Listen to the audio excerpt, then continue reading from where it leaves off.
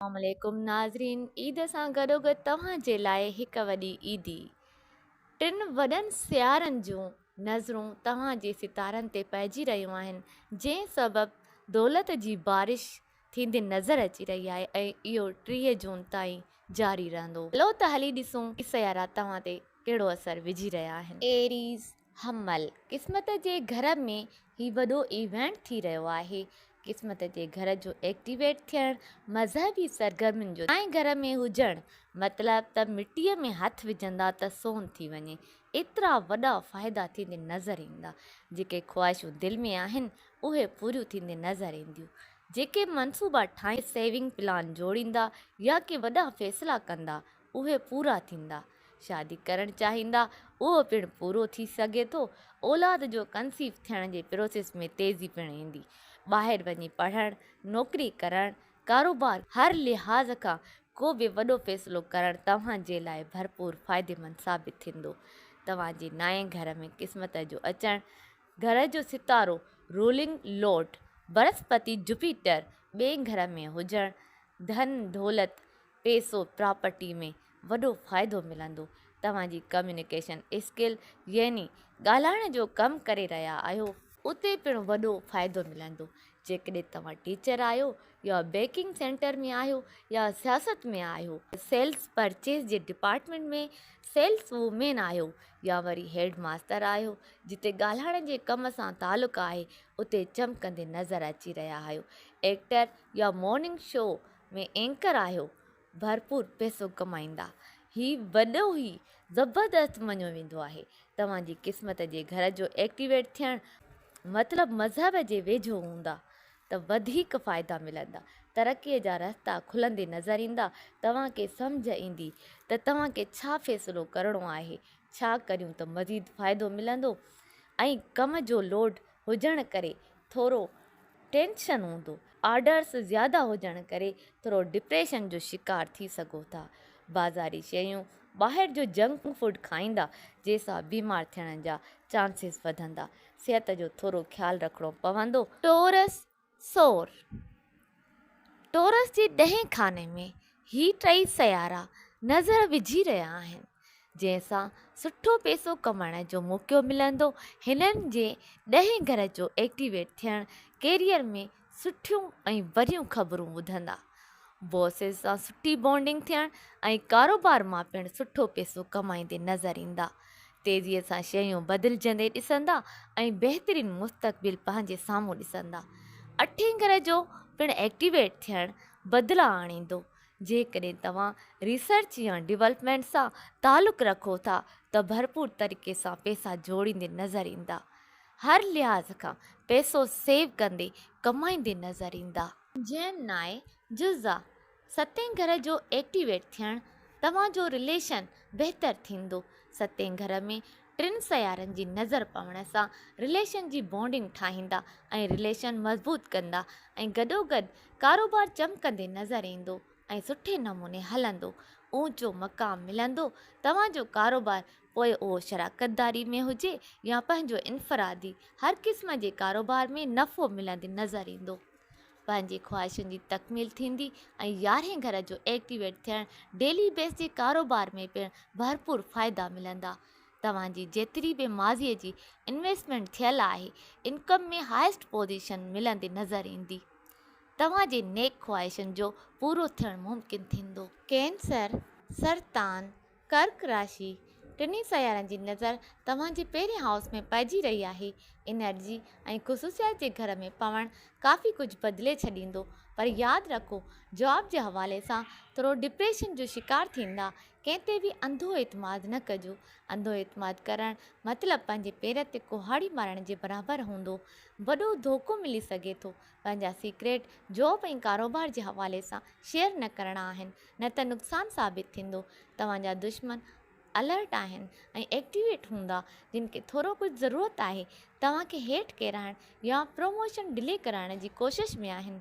जंहिं करे ग़लतीअ सां बि सीक्रेट ज़ाहिरु न कजो। ॿाहिरियों खाधो खाइण सां पेट जूं बीमारियूं थी सघनि थियूं, जंहिं करे जंक फूड खाइणु या ॿाहिरियूं शयूं खाइण खां थोरो एहतियात कंदा। ॾियो असद तव्हांजे 5 घर में टिनि सयारनि जी सती नज़र पवणु। पंजो घर एजुकेशन जो आहे। तव्हांजी पढ़ाईअ जे घर में नुमाया फ़ाइदा मिलंदा। तइलीम मां फ़ाइदा मिलंदा। लर्निंग एबिलिटी वधंदी, मेमोराइज़ वधंदियूं, पावर मिलंदी। तइलीम ते ध्यानु ॾींदा, कंहिं कॉम्पिटिशन में हिसो वठंदा, उन में कामयाबी हासिलु कंदा। स्कॉलरशिप जो मिलणु या ॿाहिरि वञी पढ़णु चाहींदा, उन में कामयाबी हासिलु कंदा। सुठी यूनिवर्सिटीअ में एडमिशन मिलणु या तालीम में सुठियूं मार्कूं खणणु, बहितरीनु नतीजा हासिलु कंदे नज़र ईंदा। पंजे घर जो एक्टिवेट थियणु, औलाद जे कंसीव करण जे प्रोसेस में तेज़ी ईंदी। औलाद खे ट्रैक ते आणणु बि मुमकिन थींदो। औलाद जो तव्हांजी ॻाल्हि ॿुधणु, ग़लति संगत मां ॿाहिरि अचणु, मुंशियात मां वापसि अचणु, औलाद बदतमीज़ी करणु बंदि कंदे नज़र ईंदो ऐं कुझु पैसो कमाए तव्हांजे घर ॾेई सपोर्ट कंदो। पंजो घर तव्हांजी अकुलाणी ताक़त वधाईंदो। सम्झ बुझ में पिणु इज़ाफ़ो थींदो। तव्हांजा फ़ैसिला टू द पॉइंट वैलिड थींदा। पंहिंजे फ़ैसिलनि जे बलबूते ते हर लिहाज़ खां भरपूर फ़ाइदा मिलंदा। तव्हांजे प्रेम प्यार जो घर बि पंजो घर आहे।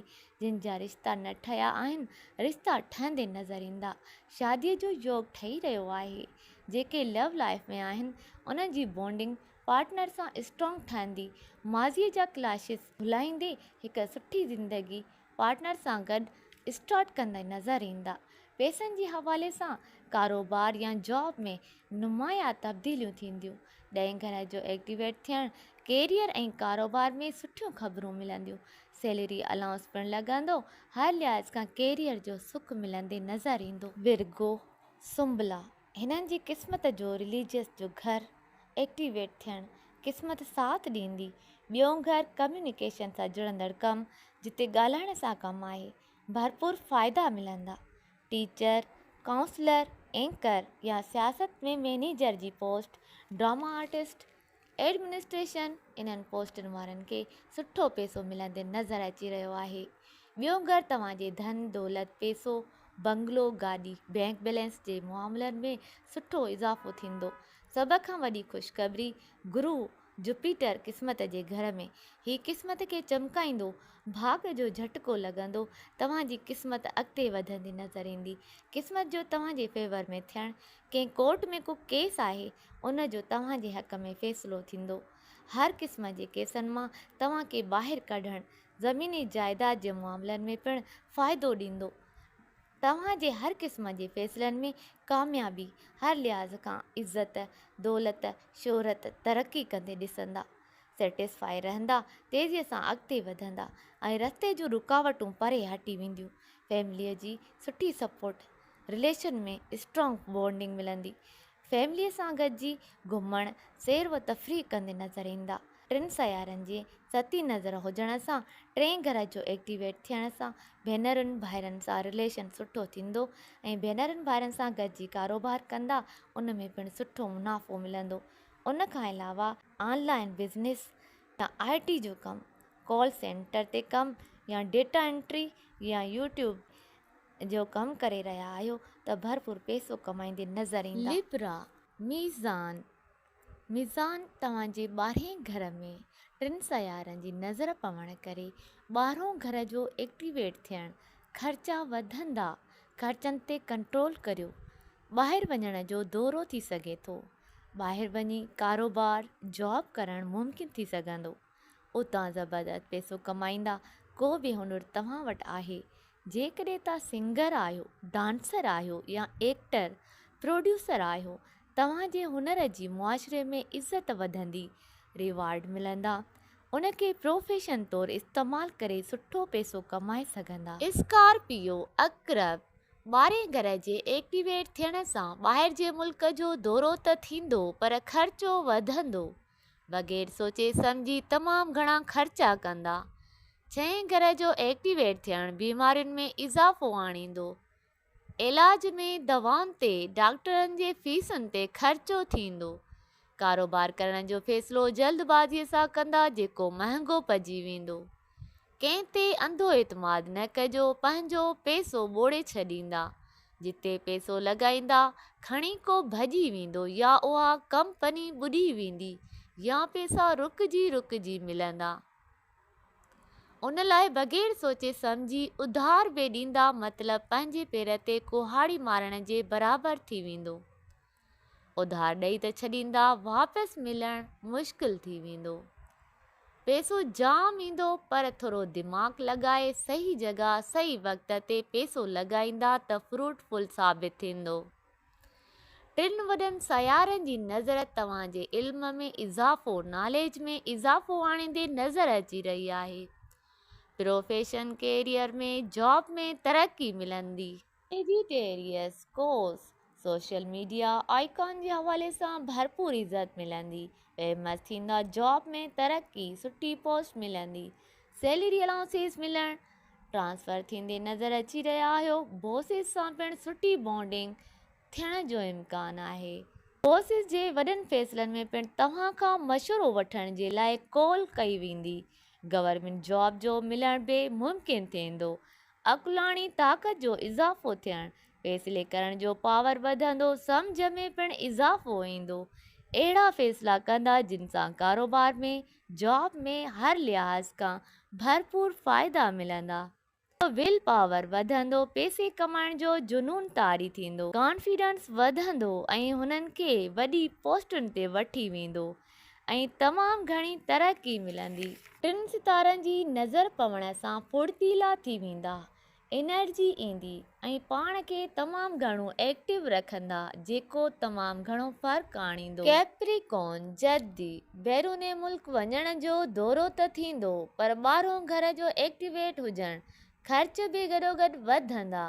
ॿाहिरि वञी कारोबार करणु, सुठी नौकरी करणु, सुठो पैसो कमाइणु त मुमकिन थींदो, पर ॿाहिरों घरु ख़र्चनि जो पिणु घरु आहे। बिलावजा जा ख़र्चा थींदा, बग़ैर सोचे सम्झी ख़र्च करे छॾींदा। पोइ वठण वारियूं शयूं पहिरियां ई वठी छॾणु, महांगियूं शयूं वठी छॾींदा, बर्डन विझी छॾींदा। तव्हांजे सोर्सनि मां, तव्हांजे कैरियर मां, तव्हांजे कारोबार मां पैसो त जाम ईंदो, पर तव्हांजा बिलावजा जा ख़र्चा करणु, जंहिंसां ख़बर ई न पवंदी त पैसो किथां आयो ऐं किथे ख़तमु थियो। थोरो ध्यानु ॾियो ऐं ख़र्चनि ते कंट्रोल कयो। एक्यूरस दिलो, 3 हाउस जो एक्टिवेट थियणु, भेनरुनि भाइरनि मां घणा फ़ाइदा मिलंदा। जेकॾहिं उन्हनि सां गॾिजी कारोबार कंदा त भरपूर फ़ाइदा वठी सघंदा। जेके लड़ायूं झगड़ा हुआ उहे पिणु ख़तमु थींदे नज़र अची रहिया आहिनि।